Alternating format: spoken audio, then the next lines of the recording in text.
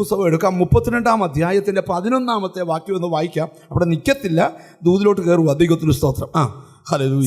എന്റെ സഹോദരനായ ഏശാവിന്റെ കയ്യിൽ നിന്ന് എന്നെ രക്ഷിക്കണമേ. ഒരു മനുഷ്യൻ പ്രാർത്ഥിക്കുക, എന്റെ സഹോദരനായ ഏശാവിന്റെ കയ്യിൽ നിന്ന് എന്നെ രക്ഷിക്കണമേ. ഏശാവ് യാക്കോബിന് അനുകൂലമോ പ്രതികൂലമോ? പറ. പ്രതികൂലം. അപ്പൊ രക്തബന്ധങ്ങൾ പ്രതികൂലം ആവുമോ? ആവും. അവന്റെ വീട്ടുകാർ തന്നെ അവന്റെ ശത്രുക്കൾ. മിണ്ടുന്നില്ല. യോസഫിന്റെ എതിരാളി നാട്ടിൽ നിന്നായിരുന്നു, വീട്ടിൽ നിന്നായിരുന്നു? പറ. അപ്പം നാട്ടിൽ നിന്നും പോരാട്ടങ്ങൾ വരാം, വീട്ടിൽ നിന്നും പോരാട്ടങ്ങൾ വരാം. പക്ഷെ നാട്ടിൽ നിന്ന് വരുന്ന പോരാട്ടവും വീട്ടിൽ നിന്ന് വരുന്ന പോരാട്ടവും രണ്ടായിട്ട് കാണരുത്. മിണ്ടുന്നില്ല. പോരാട്ടം എവിടെ നിന്ന് വന്നാലും നീ പേടിക്കേണ്ട, നിന്റെ പ്രാർത്ഥനയിൽ ആ പോരാട്ടത്തിന് പരിഹാരം ഉണ്ടാവും. പിന്നെ പോരാടുന്നവന്റെ ഗതി ഓർത്തോണം. യോസഫിനോട് പോരാടിയവന്മാർ എന്നും ഈ ചാക്കു എടുത്തുകൊണ്ട് ഭിക്ഷ എടുക്കുക. പോരാട്ടത്തിന് മുമ്പ് ചിരിച്ചോണ്ട് നിന്ന യോസഫ് ഭിക്ഷ എടുക്കുന്നവന് അളന്നു കൊടുക്കുക. മിണ്ടുന്നില്ല. എന്നും ഇങ്ങനെ ചാക്ക എടുത്തോണ്ട് ഇറക്കണോ അതോ അളന്നു കൊടുക്കണോ? മിണ്ടുന്നില്ല. ഓർപ്പയെന്ന് പറഞ്ഞൊരു കൊച്ചു നാട് വിട്ടുപോയി. എതിരെ പോയെന്ന് ഒരു പിടിയില്ല. രൂത്ത് എന്ന് പറഞ്ഞ പെണ്ണ്, അവള് പറയും എപ്പോൾ ചെന്നാലും അളന്നു കൊടുക്കാൻ പ്രാപകമായ വയലിലാണ് നിൽക്കുന്നത്. മനസ്സിലായില്ല. എല്ലാവരും വിട്ടുപോയി, എന്നാൽ ഞാനും വിട്ടുപോയി. ഓർപ്പയുടെ വിട്ട് പോകരുത്. ഓർപ്പയെന്ന് 1-2 അടുത്ത ബൈബിളിലുള്ളൂ. ഇന്ന് ആര് പ്രസംഗം എടുത്താലും രൂത്ത. ഓർപ്പയുടെ കാര്യം മിണ്ടുന്നു പോലുമില്ല. ഒറ്റ പിള്ളേർക്ക് ഓർപ്പയെന്ന് പേരിട്ടിട്ടില്ല. എല്ലാവർക്കും എന്തുവാ? മിണ്ടുന്നില്ല. അപ്പം ഞാനൊരു കാര്യം തുറന്ന് പ്രസംഗിക്കും. ഇങ്ങോട്ട് നോക്കുക. ഹല്ലേലൂയ. സ്തോത്രം. ഇനി ഇച്ചിരിയുടെ ഗഹനമായിട്ട് ഈ ദൂതിലോട്ട് വരുമ്പോൾ നിങ്ങൾക്ക് ഒരു കാര്യം കൂടെ പഠിക്കാൻ കഴിയും. എൻ്റെ സഹോദരനായ ഏശാവിന്റെ കയ്യിൽ നിന്ന് എന്നെ രക്ഷിക്കണമേ. പക്ഷെ അവൻ വന്ന് എന്നെയും മക്കളോടുകൂടെ തള്ളയെ നശിപ്പിക്കുന്നു ഞാൻ ഭയപ്പെടുന്നു. യാക്കോബിനോടുള്ള ഏശാവിന്റെ പോരാട്ടം എന്ന് തുടങ്ങിയതാ? അമ്മയുടെ ഉദരത്തിൽ തുടങ്ങിയതാ. ജനിച്ചു വന്നപ്പോളേ മിണ്ടുന്നില്ല. ജനിച്ചു വന്നപ്പോഴേ മുമ്പിൽ ചാടി.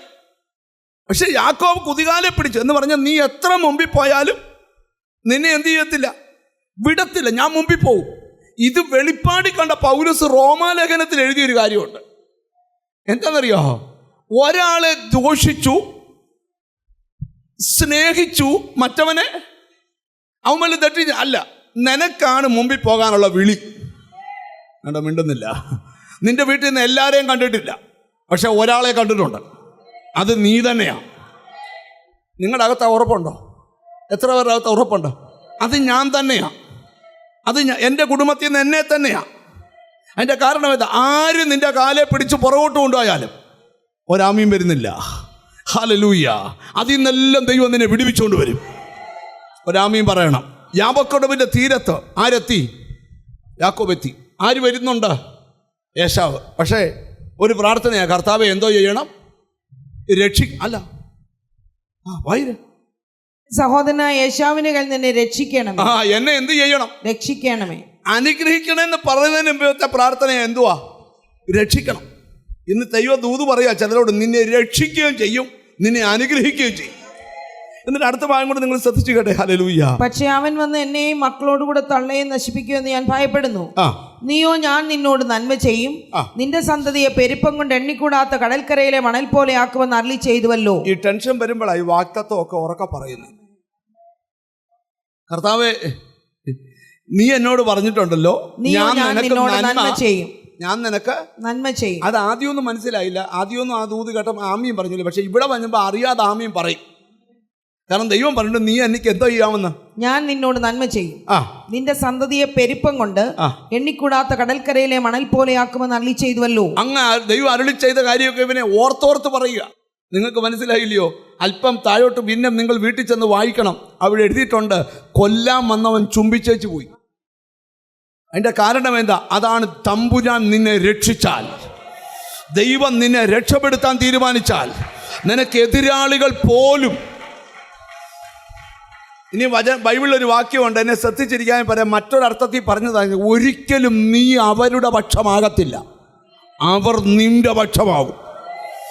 അവർ നിനക്കെതിരെ ദുഷ്പ്രവൃത്തി ചെയ്തപ്പോൾ നീ അവരുടെ കൂടെ കൂടിയെന്നല്ല, നീ പ്രാർത്ഥിച്ചപ്പോൾ അവരത് വിട്ട് നിന്റെ കൂടെ.